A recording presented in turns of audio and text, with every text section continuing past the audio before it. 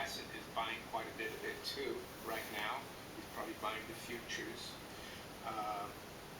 The 30-year is approaching 5%. But what I'm trying to say here is I think they're going to step in and do yield curve control by basically targeting these treasuries, buying as much as possible so that the yield doesn't go up that much. But the other problem they have is that they focused on issuing a lot of short-term paper, and even short-term yields are starting to go higher. So it's not going to get better. Of course, we have to see what happens in terms of Iran's response. So let's look at the markets, and it looks bad. I have to admit. I'm not getting rid, of course, of my gold and silver. Um, I always ask myself, what would I do if I exchange my gold and silver for fiat trash, right? Because that's what fiat money is, trash. And it finances all these misadventures that governments have, like wars, pandemics, that they create, right? It finances the bankers and their adventures.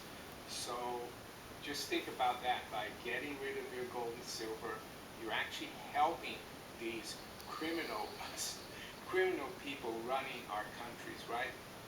It's everywhere. They're everywhere, right? Unfortunately, they're here in the UK, they're in the US, Canada, Israel, Europe, right? So that's what I think. I want to be, I want to have the money that isn't called sound for nothing, right? I want to have gold and silver. I want to have sound money. And as Mr. Greenspan said, in extremis, no one will accept fiat money. And I think the world's things are getting worse and worse. But as I speak here, gold is down almost $400. We're at 4,100. Am I concerned? No, because I've been through this before. Back in '08, that's what happened. I was sitting there and I couldn't believe it. Gold should have been going up. But I think a lot of people are talking now about a liquidity crisis, and that could be so. And gold, of course, is the most liquid form of money. It has been for thousands of years, and silver as well. And that's why probably they're coming down. So silver is trading at 61.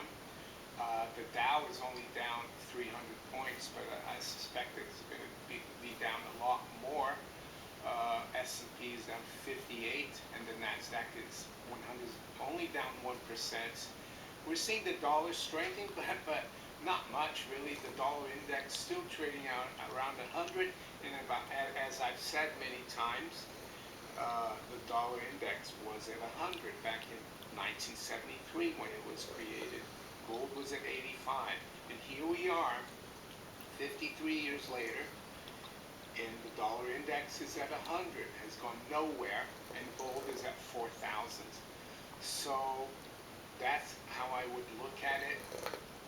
I think, if anything, this is how they're confiscating and scaring you away, trying to scare you away from your gold and silver, trying to stop you from also getting some gold and silver to protect yourself.